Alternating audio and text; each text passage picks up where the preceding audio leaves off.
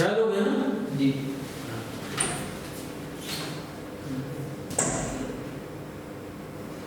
पहला है पुनीत सिंह खन्ना। मैं आइए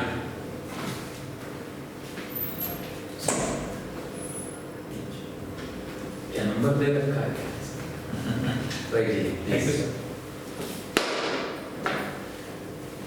पुनीत जी आप हापुड़ के रहने वाले हैं। Yes sir.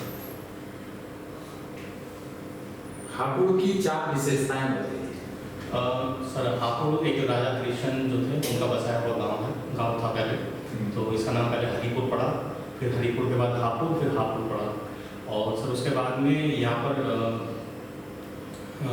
जो अंग्रेजों ने सबसे पुरानी छावनी बनाई थी बाबूगढ़ छावनी, वो यहीं पर है। जो मेरठ की तहसील थी, मेरठ की तहसील भी पहले यहीं पर लगती थी। और उसके बाद यहाँ पर हापुड़ के जो पापड़ हैं वो बहुत फेमस हैं।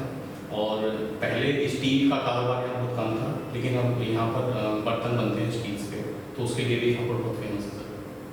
आपने बीटेक किया है? Yes sir.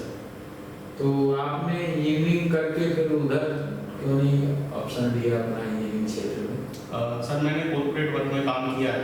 2 साल में आइडिया सेलुलर लिमिटेड में असिस्टेंट मैनेजर था, ऑपरेशन एंड मेंटेनेंस डिपार्टमेंट में। और सर फिर जैसे कि हर किसी को अपने जीवन में बेहतर करने का एक अवसर प्रदान रहता, तो सर मैंने इस तरफ आने का मन विचार किया और फिर सर प्रिपरेशन में लगे। अच्छा, अभी एक तूफान था मैचोंग। Yes sir.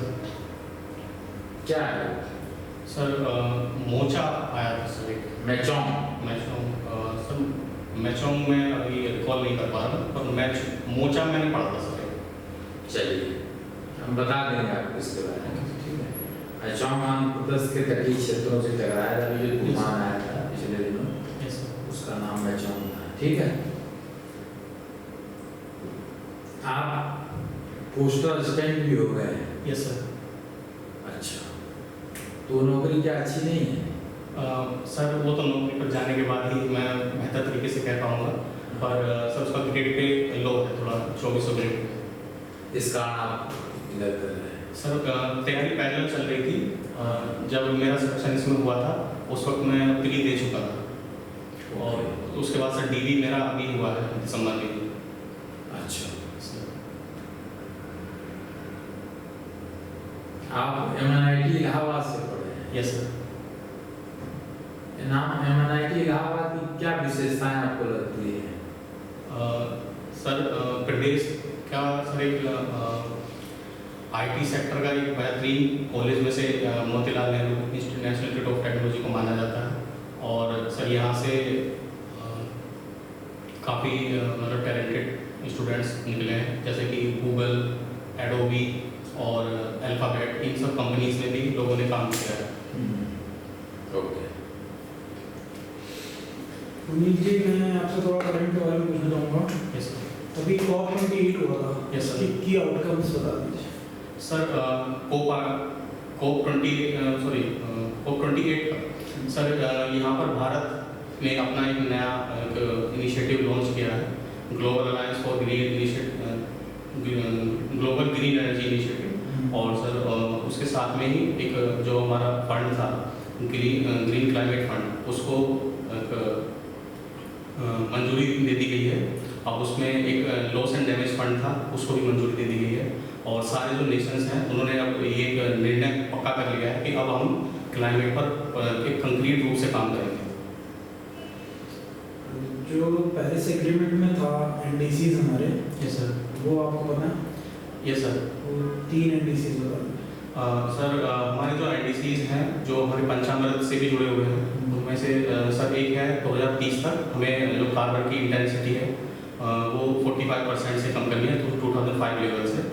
उसके अलावा सर हमें रिन्यूएबल एनर्जी से जो हमको 500 गीगावाट से हमको अपना रिन्यूएबल एनर्जी जनरेट करना है। और सर 2070 तक हमको कार्बन न्यूट्रल कंट्री बनना है। ठीक है।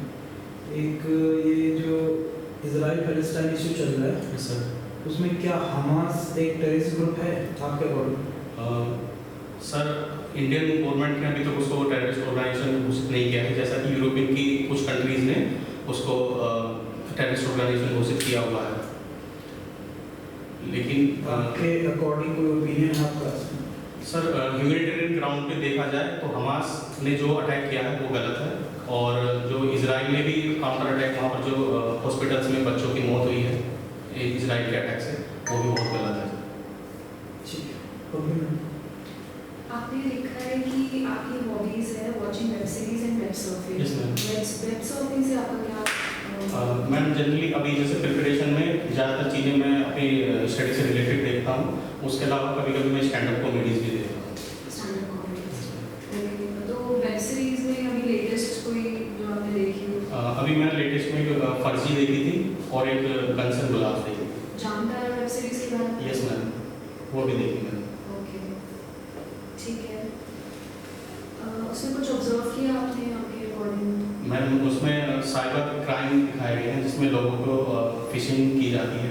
एक सोशल इंजीनियरिंग टर्म आजकल बहुत न्यूज़ में है। उसमें क्या होता है कि लोगों की जो हैबिट्स होती हैं उनको ऑब्जर्व करके उनकी जो वीकनेसेस होती हैं उसको एक्सप्लॉइट करके उनको इकोनॉमिकली एक्सप्लॉइट किया जाता है। ठीक है, तो इसके अलावा आपका प्रेफरेंस कुछ सर्विसेज में? यस मैम, इस बार ज़्यादा पोस्ट्स नहीं है, तो मैंने इस बार डीसी डिप्टी कलेक्टर को फर्स्ट प्रेफरेंस दी है, उसके बाद डिप्टी एसपी और देन लेखा अधिकारी, कोषाधिकारी, देन विधिक विभाग। ठीक है, तो अगर सोनभद्र जैसी जगह में आपका एसडीएम आपका सिलेक्शन हो जाता है तो क्या चेंज लाने का सोचते हो?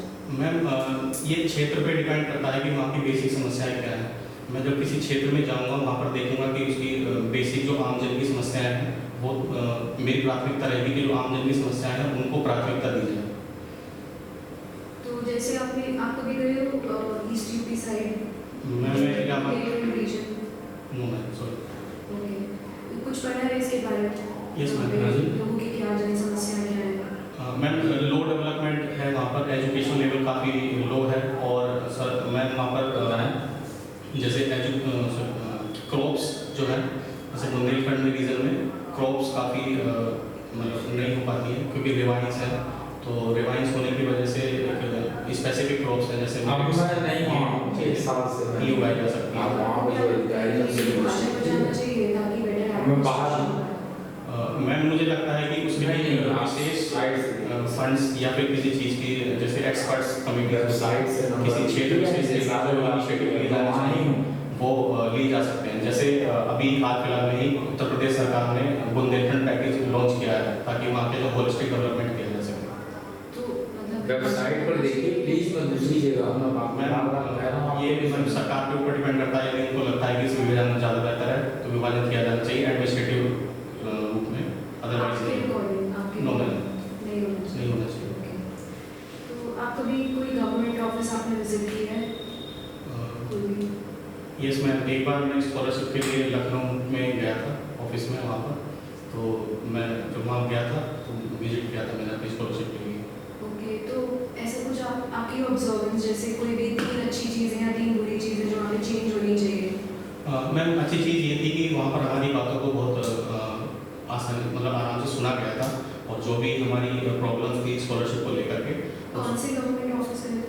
मैम लखनऊ में जो गोमती नगर में ऑफिस है समाज कल्याण विभाग, ओके ओके। उसमें डिस्ट्रिक्ट ऑफिस कभी किसी डिस्ट्रिक्ट ऑफिस में जैसे विकास डिस्ट्रिक्ट ऑफिस में गए थे, किसी और ऑफिस में? भागीदारी हो गई सर? नहीं, भाईदार लोगों की जो अपोजिट साइड है सर। डिस्ट्रिक्ट ऑफिस गए थे या निदेशालय गए थे? सर एग्जैक्टली मुझे याद नहीं है सर, वहाँ पर हमारी स्कॉलरशिप नहीं आई थी। किस सन में गए थे? सर 2015 में।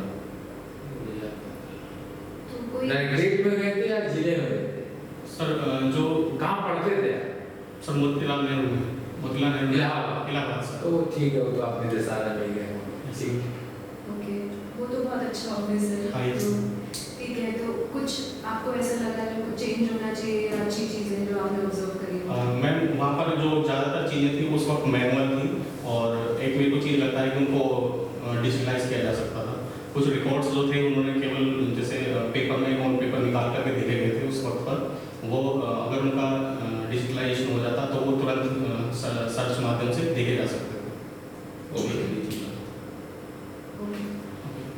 सर ये क्वेश्चन मैं पूछना चाहता हूँ, वही क्योंकि रोबोटिक्स है और इलेक्ट्रॉनिक कम्युनिकेशन हाँ, है, बिल्कुल। एक क्वेश्चन तो कंप्यूटर आर्किटेक्चर में आर्डिनो वगैरह बनता है। पार्टी सर मैं समझा आर्डिनो तो सुना होगा, माइक्रो कंट्रोलर होता है रोबोटिक्स में मेन यस सर, डंपिंग के लिए यूज़ किया जाता है ज़्यादातर, वो प्रोग्रामिंग के लिए जो प्रोग्राम्स हम मतलब कोडिंग करते हैं तो माइक्रो प्रोसेसर माइक्रो कंट्रोलर जो रहते हैं उनके थ्रू एक मतलब सॉफ्टवेयर था हमारे पास, तो उस सॉफ्टवेयर को डंप करने के लिए हम यूज़ करते थे उसको। तो हमने डिजाइन नहीं वो बताएंगे भी तो हम लोगों को ये भी बताना है कि ये तो मॉक इंटरव्यू है ना, इनका फीडबैक देखो, इंटरव्यू ठीक दे रहे हो, यस सर। थोड़ा सा आपकी जो बातों का जो स्पीड अप है उसको ठीक रखिए, एक बराबर रखिए, ओके सर। रुकना फिर ऐसे ना करके, ओके। थोड़ा जीप भी निकल रही है तुम्हारी, बार बार निकलती होगी, सब लोगों की निकलती होगी, आप लोगों ने मार कभी दिया, कभी सर गला सूख जाता है। गला सूख रहा था। गला सूख- तो पानी पी सकते हैं, हाँ पानी पिया सर अभी। पानी पी मरा देते हैं पानी, वो पानी तो वहाँ रहता है, यस सर। तो इसलिए हम कह रहे हैं बाकी हाथ आप सही रखे हैं, एंट्री लीजिए। अभी तो हम लोग आपको आ जाओ, एक पानी का गिलास यहाँ भी रख दिया करो हर आदमी के लिए, हाँ तो मतलब उसको आपको बता रहे हैं, अभी तो आपका कई बार इंटरव्यू लेंगे, यस सर। अलग अलग रोल लेंगे तो आपको बताएंगे, बाकी आपका ठीक है। आपने पहले इंटरव्यू दिया है नहीं है? Yes sir. दिया है, उसमें कितने नंबर मिले थे? 60 मार्क्स मिले सर। तो ठीक नंबर मिले थे, इस बार कोशिश करो कि हम ज़्यादा नंबर पाए, यस सर। तो इस पर हम लोगों का बेसिक फोकस रहेगा, क्योंकि कहीं नंबरों में कम गैप हुआ तो इंटरव्यू के मार्क्स बहुत माने रख जाते हैं। सर इस बार काफ़ी ज़्यादा गैप नहीं है, पहले जैसे सर ऑप्शनल होता था तो मार्जिन बहुत ज़्यादा रहता था, लेकिन सर इस बार केवल 100 मार्क्स में ही सारी कहानी हो जाएगी। सारी कहानी हो जाएगी सर। हाँ लास्ट टाइम क्या लगा था आपको, किस चीज़ में रहा है? मैम एक सब्जेक्ट में नंबर बिल्कुल कम थे, एथिक्स में। एथिक्स में, ethics is the game changer. Yes sir. Ethics में या तो आप बहुत अच्छे नंबर ला सकते हो या फिर बुरे ही आपका मैम नाम। लास्ट टाइम एक मतलब जैसे एथिक्स में केवल 20 स्टूडेंट्स ऐसे थे जिनके 80 से प्लस मार्क्स थे। अब की बार एथिक्स में क्या लगता है आपको? सर इस बार मैंने एथिक्स में बहुत बेहतर किया था, काफ़ी जैसे यहाँ पर अभिषेक है जो वीडियो हो गए हैं, मैंने उनसे कांटेक्ट किया था तो उन्होंने बताया कि उन्होंने कॉपी भी चेक की थी, तो वो ये बोले थे कि 55 नंबर लायक मतलब कॉपी नहीं लिखी थी पर फिर भी कुछ रहता है, तो फिर उन्होंने बताया कि डेफिनेशन लिखिए, कोर्स जो नए एग्जाम्पल्स हैं वो डालिए। आपको नंबर कितने मिले उसमें? 80? सर 55 में थे, 55 नंबर। तो क्या बताया उन्होंने? 55 पानी दे दे, पानी ले लीजिए, पानी पी लो। एक यहाँ पर स्टूल रख के उस पर पानी रख दे, चाहे यहाँ बगल में ना एक स्टूल रख दे, इस बगल एक गिलास पानी, चलो कोई नहीं अभी चले जाओ, या तो फिर ले आना जिसको जरूरत हो। सर लास्ट ईयर एथिक्स में बहुत लोगों के नंबर कम थे क्योंकि उसमें बहुत वेरिएशन था, नंबर कम भी दे देते हैं। कम दिए थे। इस बार सर मैंने काफ़ी चेंज किया था, जैसे डेफिनेशन वगैरह और स्टैंडर्ड लिखी थी और फिर हमारा जो मेन फोकस है ना Yes, सुनील, वो केवल इंटरव्यू पर रहना चाहिए इस समय।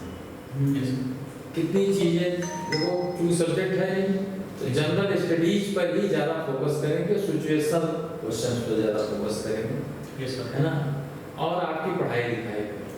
एक कोई मुझे कह रहा था कि आपके गृह जनपद से भी पूछा जाएगा प्रश्न, वो खाली ऐसे हवा उड़ाई गई है, इसलिए हमने पूछा ये बताने के लिए कि ये पूछा जा सकता है, तो हम वो हापुड़ या जहाँ भी रहे हैं उसके बारे में भी तैयार रहें। Yes, जो हमने पढ़ाई की है उसमें कुछ न कुछ पूछा जा सकता है, उसके लिए भी तैयार है। मैंने पेपर निकाल दिया, हमने तैयारी नहीं की उसकी, तो बिल्कुल बैन हो गए ना। तो हमसे ये नहीं माना जा सकता कि हम जिस जिले के रहने वाले उस जिले के बारे में न जाने। हम तो जब IAS के इंटरव्यू में गए थे तो हमसे रामपुर का रहने वाला हूँ, तो उसमें रामपुर के चाकू और रामपुर की रजा लाइब्रेरी के बारे में पूरा पूछा गया था, हमको मालूम था तो हमने पूरा सब बताया था डिस्क्रिप्शन करके। तो वो अपने ये माना जाता है कि आप जहाँ रहते हैं वहाँ के बारे में जानते ही होंगे। Yes, sir. ये बात समझ रहे हैं? तो उसमें ये नहीं कह सकते कि सर हम वहाँ के बारे में कोई पढ़े नहीं या जाने नहीं, ये नहीं कह सकते आप। नहीं कह सकते। ये आपके होम डिस्ट्रिक्ट या आपकी पढ़ाई लिखाई के संबंध में ये चीज़ बिल्कुल निश्चित है। तो वो मान लीजिए कुछ ही नहीं भाई वहाँ किसी की उस पर कोई रोक स्पेशली लगी हुई तभी हो, तो ये चीज़ हम लोगों को देखनी है। अभी आप किस तारीख को आपका इंटरव्यू है? सर मेरा 10 जनवरी को है। 10 जनवरी को। यहाँ से कब जाएंगे? 8 को। या सर 8 को। 8 को। तो आप कैसे इंटरव्यू कितनी बार देना चाहेंगे मॉक? सर मैं तो रेगुलर दे सकता हूँ। रेगुलर का मतलब रोज क्या? रोज भी दे सकता हूँ सर। या एक दिन गैप, जैसे और बच्चे जो कह रहे थे कि वो एक दिन गैप करके सर लिया जाए इंटरव्यू। सर ये मतलब आप पे भी थोड़ा सा है कि जो पैनलिस्ट हैं वो अवेलेबल है, तो एक पैनलिस्ट तो अवेलेबल हो जाएंगे। जैसे हमने आपका ले लिया, फिर अगली बार कोई और लेगा। Yes sir. फिर तीसरी बार हो सकता है कोई और ले, हो सकता है इनमें से एक हो, 2 हो मेंबर हो और लोग हो, लेकिन वो अलग अलग पैनलिस्ट हो जाएंगे। उससे क्या होगा, आपको मोर फोकस्ड वो मिलेगा। और जो इंटरव्यू आप लोगों का ऑनलाइन भी लिया जाएगा उसको भी मैं देखूंगा। Okay sir. जैसे कल हुआ था रात में, तो उसकी रिकॉर्डिंग भी रहती है, तो वो हम देखेंगे। क्योंकि हमें कुछ बच्चों पर जो हमारे यहाँ से क्वालिफाई किए हैं उन पर भाई विशेष ध्यान देना है, और विशेष ध्यान देके हमें अपनी प्रिपरेशन पूरी फिट करनी है। तो वो कहीं से प्रिपरेशन लेवल पर नहीं कमजोर है। बाकी तो ईश्वर को याद कीजिए, पूरा ये मान कर चलिए कि आपने मेंस क्वालिफाई किया है तो आप कंप्लीटली कैपेबल हैं, ठीक है, और सब कुछ अच्छा है। बस सब लास्ट किक करना है, निकल जाना है, ठीक है। Thank you. Thank you sir. Thank you. हम लोग जब किसी के बारे में ये भी बताना है कि मतलब, और लगभग आइडिया है पीछे इसी तरह से पूछना है। मतलब 2-4 सर को से पूछेंगे तभी वो हो रहा है ना। मेरे से ठीक है। क्वेश्चन नहीं आ रहा।